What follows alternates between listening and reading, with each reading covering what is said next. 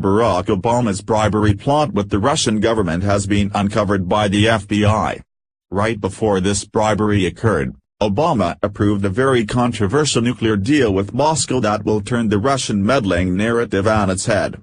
According to government documents and interviews, before the Obama administration approved the controversial deal in 2010 giving Moscow control of a large swath of American uranium, the FBI had gathered substantial evidence that Russian nuclear industry officials were engaged in bribery, kickbacks, extortion, and money laundering designed to grow Vladimir Putin's atomic energy business inside the United States.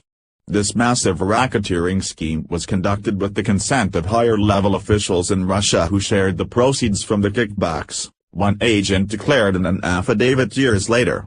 This scandal was hidden from the American public until Donald Trump threw it in Hillary Clinton's face during the presidential campaign last year.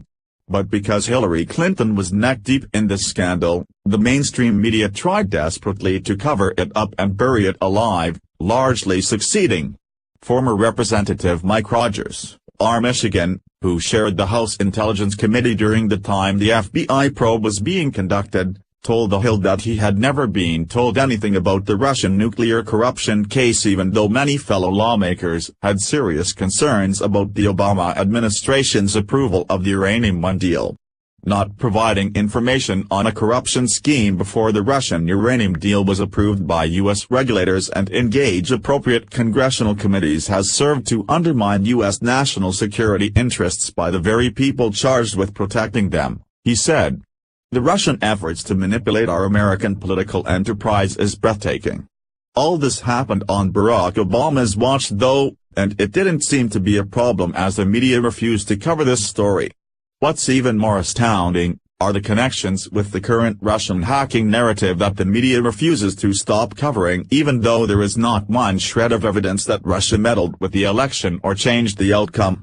The probe into Vadim Mikrin, the main Russian overseeing Putin's nuclear expansion inside the United States, began in 2009 when Robert Mueller, now the special counsel in charge of the Trump case of Russian election meddling, was still FBI director. And it ended in late 2015 under the direction of then FBI Director James Comey, who Trump fired earlier this year.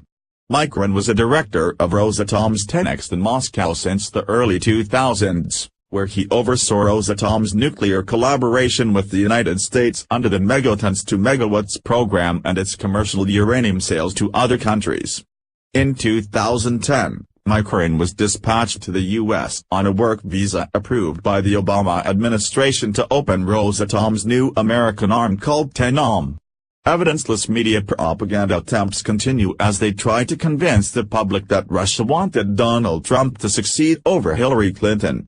But based on this scandal alone, why would Russians even consider Trump as an ally when Hillary and Obama were colluding with them for financial gain early on during Obama's first term? We now know who is really guilty of colluding with the Russians.